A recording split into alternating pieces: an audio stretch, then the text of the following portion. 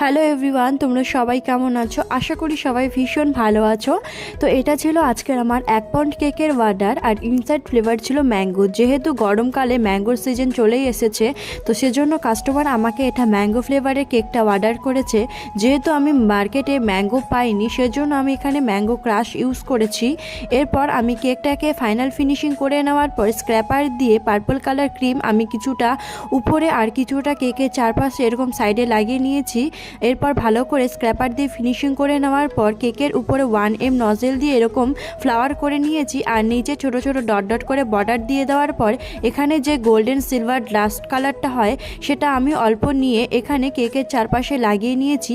কেকের উপরে কিছু গোল্ডেন সুগার বল, কিছু হোয়াইট সুগার বল দিয়ে আজকের কেক ডেকোরেশনটাকে কমপ্লিট করে দিয়েছি।